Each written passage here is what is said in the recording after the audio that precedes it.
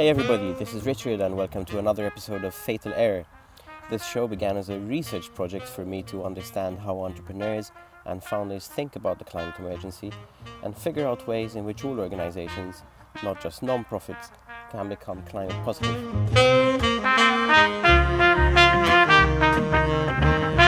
My guest today is Zoisa Walton, CEO of Octopus Energy for Business, a clean energy provider here in the UK.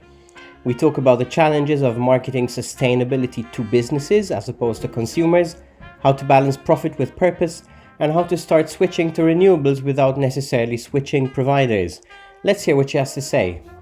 You just tell me a little bit what Octopus Energy for Business is all about. Octopus Energy is obviously a renewable energy company. Why do you need a CEO for a business, for an Octopus sort of energy for business division or sort of sub company or whatever the technical term is? Yes, yeah, absolutely. It's really important that I think energy companies like ours have a focus on businesses in particular, because when you look at some of the highest carbon emitting sectors, businesses are right up among there. So they will be contributing quite heavily actually to the effects of climate change if they don't do things to modify the way that they operate or do simple things like switch to using clean energy sources to power production and business. And so how big is the sort of the business, Octopus Energy for Business operation? Because Octopus Energy is quite a big company now, am I right? It is. Yes, that's right. So Octopus Energy, we set up in 2016 from a standing start. So we had no customers whatsoever. And we're now serving 1.6 million domestic households. Okay. Actually, Octopus Energy for Business is younger. So it started in 2018. And across the UK, obviously the business market is much smaller. So there are 6 million businesses. We're currently serving 20,000 of those. And we have some very ambitious growth plans, obviously to grow in line with the domestic side over the next couple of years.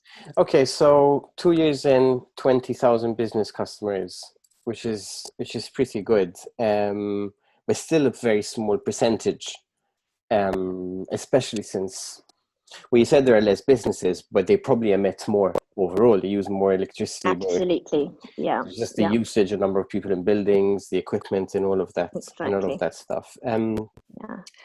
How are you finding the process of, why aren't there more? Why don't you have more customers? I would imagine, like this is not a new issue now, renewable energy, right? Why aren't businesses sort of flocking to switch?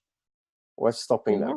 I would probably say, actually looking at it, they are. We've grown extremely quickly in the last couple of years. And that's been because we're offering different styles of green energy products. So I think traditionally, most energy companies would be offering something targeted at perhaps extremely large consumers. So say the top 250,000 businesses in this country. So the types of people like a Unilever or a Mars, and they would be buying energy in the market directly from a wind farm, which is really a contract, because obviously the way that the UK energy market works, you don't at the moment have a direct grid which is going to connect you to a particular wind farm. So they've done a lot of work on contracting through these styles of virtual relationships, like they're called corporate PPAs, for instance.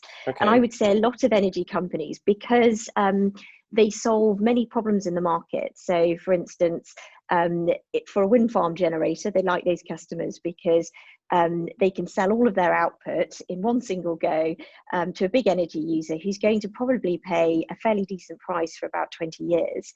But where there is a gap in the market, it's actually with smaller energy consumers, because there's not just 250,000 in the UK, there are indeed 6 million. So where we have actually focused is on that smaller area, so SMEs. And do you include like retail organizations and shops and things like that in your categorization? Yes, yeah. So the types of businesses we power, we have actually anything from the size of Arsenal Stadium, so the Emirates Stadium, right down to kind of coffee shops. And we may have kind of chains and things like that, coffee chains, etc. Also that we power as part of that. So how does it work, right?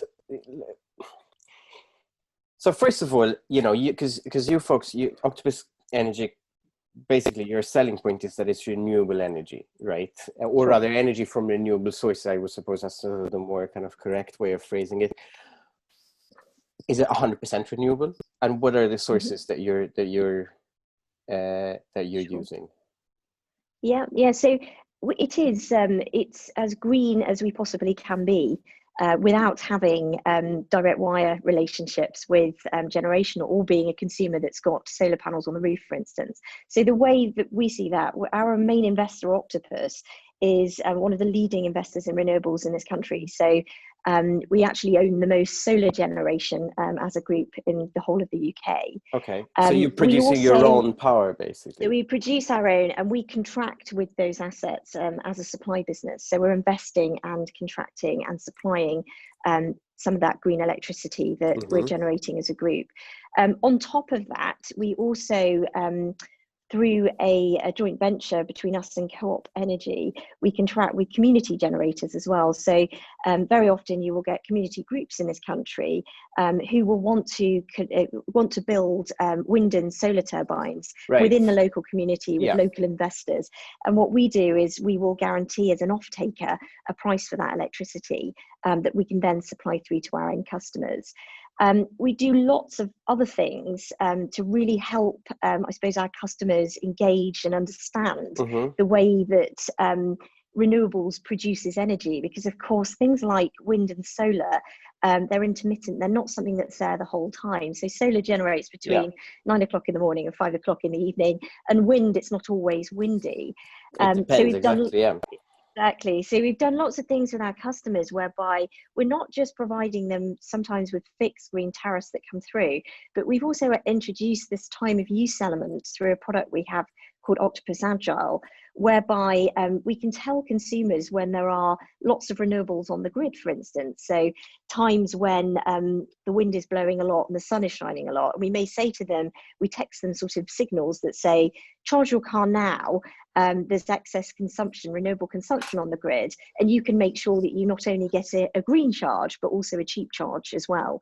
And we do that kind of across homes and businesses. So it's not just about, I think, focusing sometimes on the source, it's also helping to prepare the customer of the future for how renewables consume as well. So they can use it at times when it's plentiful. And then the other things that we're doing is also looking at things like storage within homes and businesses. And of course, electric vehicles is really important to that because it's I saw that you're most launching homes will own something in the electric vehicle space as well. I think, I don't know, maybe not necessarily Sure. you directly, but the parent company, I'm Sure. not sure. Yes. So Yeah. which So seems like an we do obvious have a step there. Yes, yeah, sure. So we have an electric vehicles division, and what they're really focused on at the moment is leasing vehicles, but more the process of de-jargoning for consumers and businesses what it means to own one, because you'll get lots of kind of common problems that people flag around where do I charge it, and there's not enough public infrastructure and all of those things. So that focuses on those types of sales to customers. But there's many other things that we're doing around affecting charging behaviour, because it will be so closely linked with electricity into the future. Okay. So we have some, sorry. Yeah, no, go ahead, finish, no, not a problem. So we have something called the Electric Juice Network, for instance. We've worked with a particular business sector, which are public charge point operators, to supply them with this dynamic green energy. So they can tap into lower energy prices and encourage their customers to be charging in public at times of the day when the energy price might be cheaper and there are more renewables obviously generated as well. So we're doing lots of work in that space, and we power about a third of the UK's EV networks actually at the moment, which is great. And then we're also now offering, in exploring that model, we can see that we can use our technology. So our technology platform, Kraken, I can talk a bit more about that in a minute actually, also as a kind of way that customers can pay really easily when they go to these networks. So they can just have one way of paying through an app rather than having to carry lots of cards around. And that will all appear on their energy account in the end. I mean, all of that stuff sounds great. And I'll I'd love to hear more about sort of like the payment system that you mentioned, but from a business perspective, like from the selling to businesses point of view, Sure. what do you find is okay? Because you said, yeah, at the beginning I asked you like, why don't you have more? Why is it just 20,000 customers? And of course, there are other companies offering renewables. So in total, it's more than 20,000 business customers in the UK. Sure. Indeed, yes. But it still feels like pretty far away from what we would hope to be the majority of businesses, or close to all of businesses at least, being powered renewably. We're living in a time where California is burning from what we're told is, climate change effects. And it feels like we're past the time where we should be just switching away from fossil fuels. So what is keeping companies back? In your outreach, for example, when you're from the marketing point of view, when you're trying to sell or attract attention, right, of businesses, what's working and what isn't, I suppose. I mean, of course, some things perhaps you don't want to share, don't want to give away all your marketing secrets, it's fun. But what holds people back from switching? Because it's not price. In most cases, the price is either comparable or even cheaper, from my basic research. So it's not the case that like it's, more expensive to go renewable anymore, unless you're maybe building your own solar farm or something like that. What's the challenges you come across, and what works and what doesn't in a marketing and sales? Yeah, for sure. I think while price is getting better at that perception, I still think historically that when companies were looking to contract for green energy, it was always the very, very expensive option. And it might be that they explored it as soon as 18 months to 2 years ago, and at that stage still the price was prohibitive. So I think we are still actually working in an environment where the perception is that going green is really, really expensive. What we actually find works in that scenario is you can't just have one green offering. You can't sort of say, this is the one thing that we've got to appeal to all businesses, because of course they're not all the same. Mm-hmm. So we see this kind of trend, I suppose, in the styles of consumers that we talk to, where they're almost looking for lots of things along a green scale. We always call it kind of 50 shades of green. So we need to have this ability to be able to bring lots of different propositions depending on what that end customer is looking for. Okay, so what do you mean? Like what sort of differences are you referring to? So at one end of the scale, you will say to businesses, you might market it on your website and they can switch in 30 seconds. And what they would switch to as a clean energy source would be something called REGO-backed green electricity. Now, those essentially are credits that work in the market. And you buy them to say that for every kilowatt of hour the business is using, we will make sure that we have a certificate that one has been generated in its place. So you start at the very green end of the scale, and most companies are doing this now. This is what we're seeing most of the big companies switch to. But then sort of, midway down the scale, you might get somebody that actually wants to deepen that connection. So they're going to say to you, we want to use green electricity, but we want to make sure that that's actually local to us as well. Because it's really important that, we're a local business and we want to be supporting local green generation in this area. Yeah. So they might come to you and say, can you actually, in my electricity tariff, make sure that my electricity is from Leicester or Brighton? Okay. And can you do that? Do you do that? Yes, yeah, absolutely. Okay. So we do offer some products for businesses based in certain cities, so Leicester and Brighton, whereby all the electricity that we use for those tariffs is sourced from about no more than 10 miles outside of those city centres, which is great, because it means that we are almost moving them down this green scale. So they start with kind of REGO-backed electricity, and they take a step into that. And then they actually think, the next time I contract, I want it to be deeper green. And we can do those kind of local style of initiatives with them as well. And in doing that, they will also unlock things like a payment to the local community. So it could go to supporting education or planting trees or doing something very positive as they sign up for that tariff. And then obviously at the very end of that scale, you get businesses wanting to be prosumers. So they're wanting to produce their own green electricity and consume it. Okay. So it might be that they put a solar panel on the roof, or solar panels on the roof, or a wind turbine outside, and they want to connect that directly to their business to use.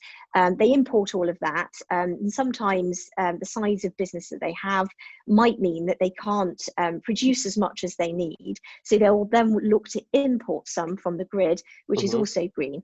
And we work with customers also in that model, which is really interesting. But I think what we found through marketing is you can start customers, and as long as they are making that conscious choice to begin with, to go green, actually you find them wanting to deepen that connection over time. We say to people, although certificates aren't obviously the answer, it is actually better than just not really caring about your energy sources. Well, yes, I and suppose. just going for the cheapest price, which is and this is like a recurring theme that I've heard from people I've interviewed for this project, and just general conversations, which is like, well, at least start somewhere, right? Like do something, even if you can't do everything. So that kind of makes sense. Okay, so just to switch things up a little bit, so that's a sort of a good understanding. Well, 10 minutes, but still pretty good understanding of the sort of like what you're about as a business there. Can I ask you something about sort of like your personal kind of background, I suppose, professionally, of course. But I guess, first of all, how did you get to be with Octopus? So first of all, were you there from the beginning? Were you there from 2018, or are you a more recent addition to the company? So I started in 2018 when Octopus Energy for Business was set up. But obviously, Octopus Energy, of which our values are very similar, was set up 2 years before. That was set up by technology entrepreneurs. So very much creating a system, a proprietary system, where we used our own technology to serve customers. So build them, interact with them, do all of the things within the market, which actually is usually outsourced to third parties. So I think what Octopus Energy has unlocked is this ability to really drive down the cost to serve a customer through creating technology, which we've obviously also fed through into Octopus Energy for Business, which is super interesting. Okay, now, my background isn't so much technology, while that is the root of our business. I actually grew up in marketing and communications companies up until about 10 years ago. And I made a conscious choice actually to want to work within electricity, because I was really fed up with hearing year after year figures that the government would put out about why elderly people actually in particular were dying in their homes because they couldn't afford to turn the electricity on. I remember so I actually wanted hearing to become about that involved. about 10 years ago with the fuel poverty, I suppose. Exactly, right? Exactly that. So I wanted to become involved because I was quite passionate about doing something within that area. And I think as I started to learn more about the energy system, I could see that it wasn't just fuel poverty that we had to tackle to make things better for everybody. It also was around making sure that where we were sourcing electricity from was clean but affordable as well. And I think that's why Octopus's model really appealed, because their technology enabled to be able to provide green electricity at the same types of prices as you would have provided brown. And we also focus very much on doing things to help society.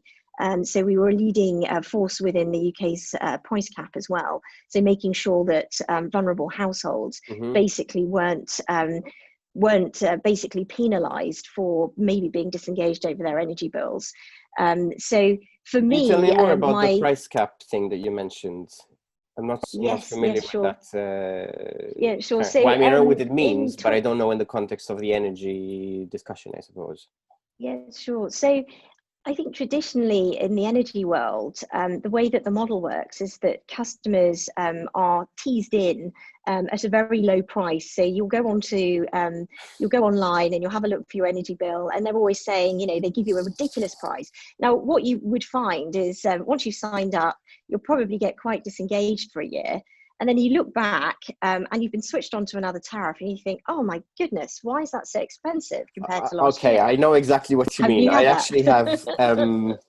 So I have a dispute at the moment with I won't name the company Ah, right now, but I have a dispute with them. And over the course of 2 years, I was started off at some, very attractive price. Like I think it was like 89 or 90 pounds a month or something like that, which after a couple of months actually went down to 55 or 60.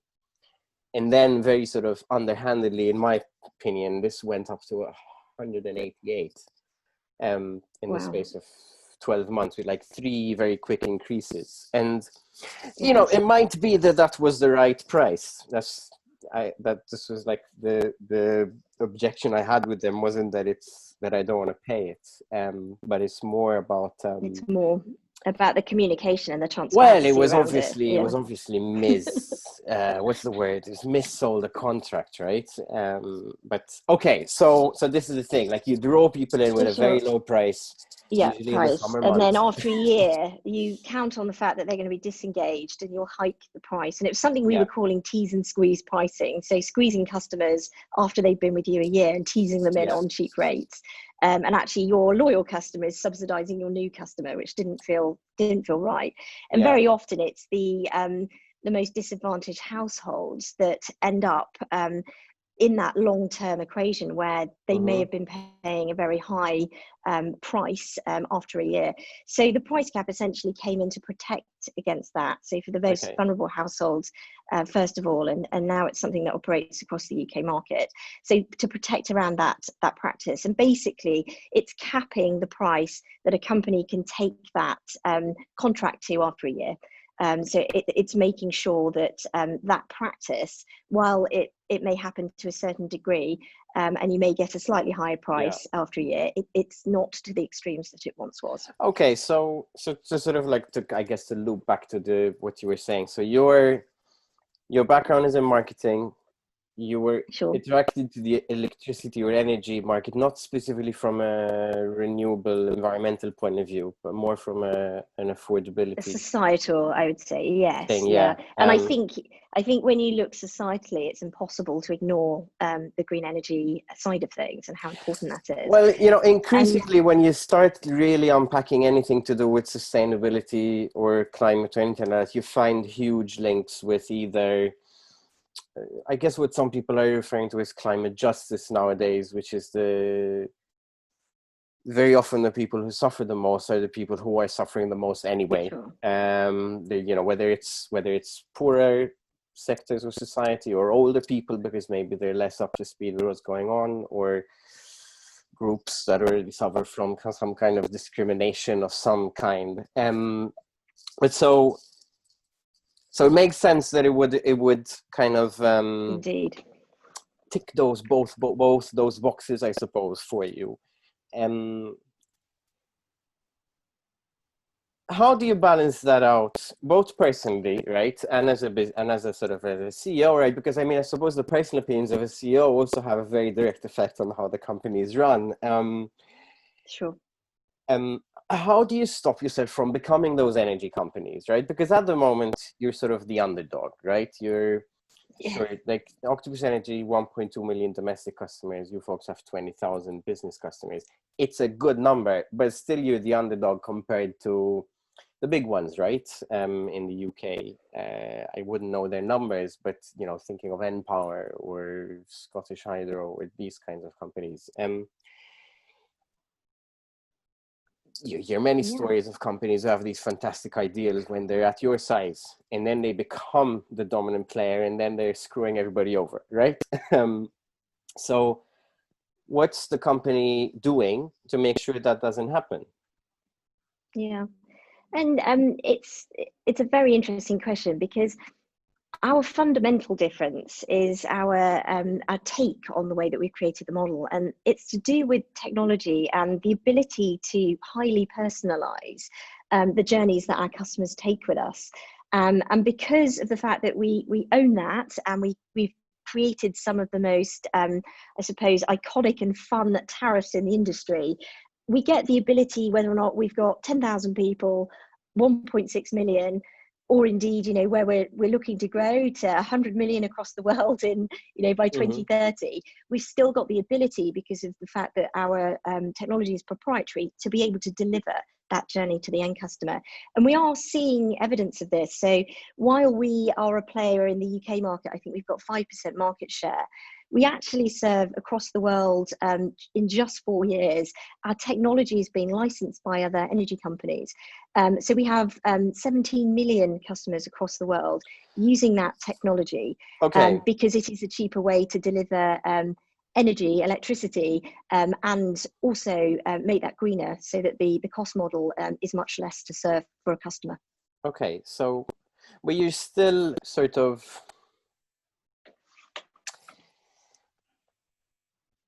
a few years ago, or maybe 15 years ago, when Google was sort of like, still in its ascendancy, right? They had this motto where they said, or the company motto was like, "Don't be evil," right? Where they said like, well, we're gathering all this information, and we have all these user accounts, and indexing the web, and we promise not to be evil about this. Yes. And then about 10 years ago, they stopped saying that, right? They actually removed it. They sort of very quietly removed this phrase from all their marketing. And my point being, companies can change, right? So like at the moment, you have this technology, which is really great at getting the best deal for the consumer. And that can change, right? 10 years down the line, you might suddenly be like, well, actually, we need to make a bit more money now, because there's some other company that's coming after us. I don't know. I'm sort of inventing a little bit, maybe playing devil's advocate, but I suppose, being a renewables company doesn't necessarily automatically mean, I guess, how do you balance profit making with being sort of a purpose-driven company, right? What are you measuring on a daily basis? Is it just numbers to do with money? What do you care about as a company? No, very simply, I think the answer to this is it's about people. And the thing that we actually we measure on a daily basis is actually customer happiness. Because actually, at the end of the day, if you've got a happy customer, when they put the phone down or they finish their digital interaction with you, via a web platform. Sorry, Tease. Sorry, somebody just wandered in. If you've got a happy customer, fundamentally, they are going to be a cheaper customer to serve, because if they can do all of the things that they need without having to call you, and they can take that and they can be very kind of engaged and empowered in the way that they're managing their energy through great technology, it makes sure that kind of into the future we're future-proofing that model. I would say, of course, technology. I answered that first of all, but actually, in all of the companies I've ever worked with, your kind of Google analogy, up until now, I would completely agree with, but not for this company, because we are so on in terms of the people that we employ. Everybody here is a different skill set from what I might have worked with traditionally over the past 20 years. So most of them will be these very kind of smart millennials that are really passionate about doing the right things for the environment. They think completely differently. So the way in which they interact with customers, the way in which they can inform about creating customer journeys, it's just 100% different from my day, where you used to probably sit there and the biggest thing was about the cost to serve a customer and the efficiency, and we need to take this paper to this board to sign off, and then it goes to another board to sign off, and all of this kind of bloated inefficiency that you would have as an organization, we simply don't have here. These guys are kind of empowered within teams. Most of them are kind of 25 years old, and they may serve kind of 30 to 40,000 customers. They're running their own kind of mini businesses, and because we've employed them with that right DNA, to begin with. They're set off along the right track, and then actually they're training the people that are coming in, who are training the people that are coming in. Okay. We see that our business model shouldn't change, actually, as long And as so we the keep people that employing the you right people. hire, do you see any kind of trend or common sort of factor in the sense of, are people coming to you to work on something which is, let's say, which has a social purpose as well as just being a business, or are, you know, or do they not care? You know, what are people seeking you out because of that? Yeah, well, absolutely. The number one piece of feedback that we get at interview, when you ask that question, why do you want to work here? Everybody will say it's because of the values and the work that you're doing to tackle climate change. And actually, that's something for our generation, which is extremely important. I think more so than any of the generations that have gone before. So it is the number one motivating factor that we find here in terms of people that we hire and the talent that wants to work with us. It will be that is motivating them. Okay. Well, one of the reasons I'm asking that is because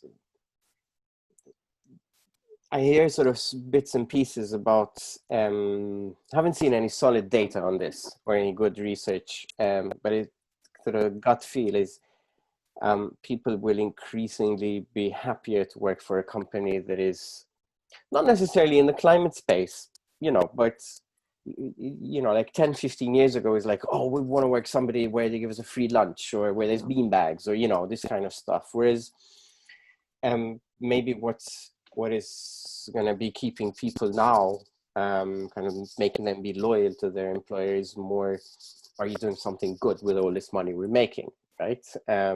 Either the product itself or else where the money is being invested afterwards. Is it just going into somebody's fancy sort of whatever house, or is it being reinvested? Okay, that's quite a lot of stuff that we covered. There. I just wanted to round off with your. I guess you work for a company that's directly involved in the climate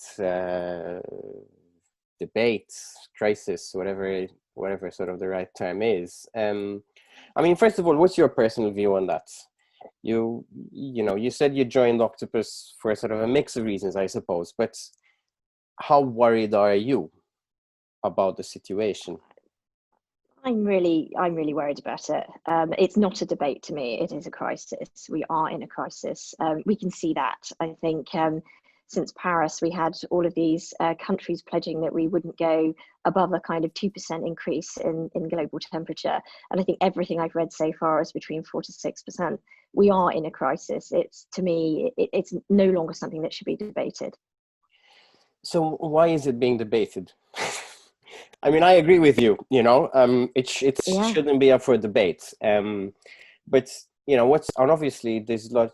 I don't know that there's one answer, but from your point of view of like running a fairly large company or being involved in running a larger one, why is this still being debated? Why isn't this just fact at this point? I think I personally think it's that we have still too many people that want to protect the status quo. And to do something like we've fundamentally done here within the energy market, you have to be open to completely disrupting a model and thinking about it in a right way. So not in a way that protects kind of the old legacy, but in a way that actually motivates people to want to use lower carbon energy or whatever that might be, and make it make financial sense. We're lucky in having the ability to do that because of our involvement with technology, increasing efficiency in the model. But I know there are many companies out there that don't.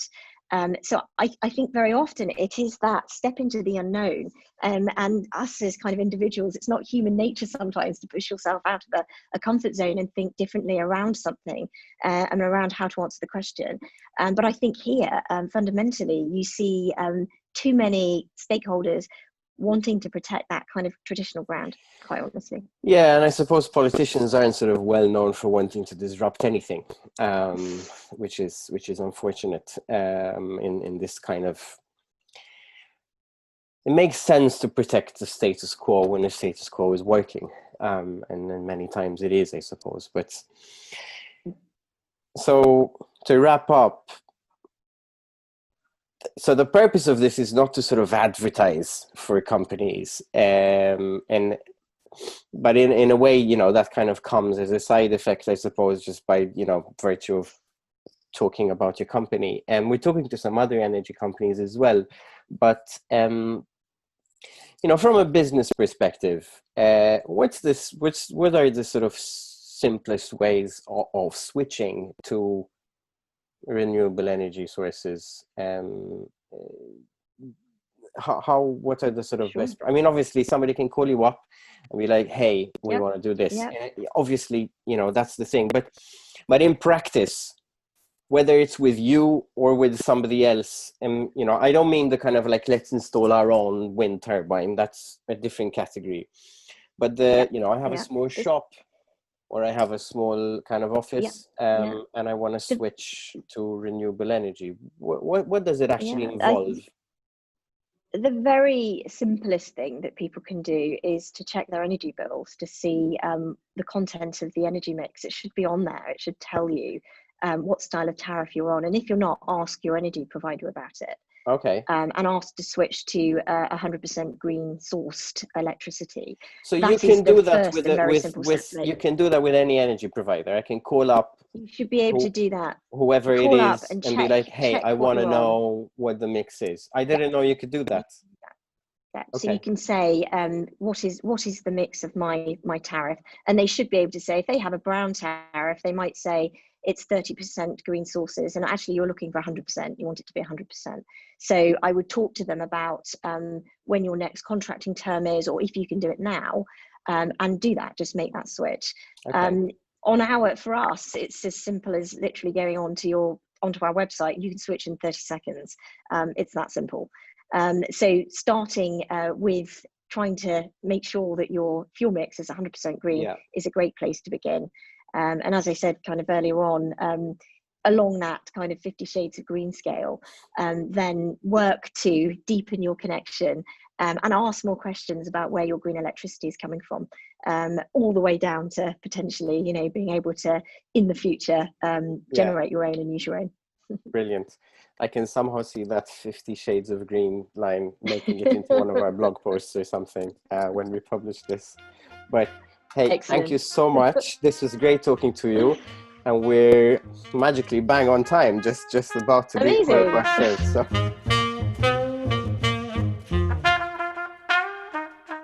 Thank you for listening. Please visit fatal.blog to join our mailing list and help support our community and project. And if you like the music, please check out the Happy Quartet on Bandcamp. That's it for today.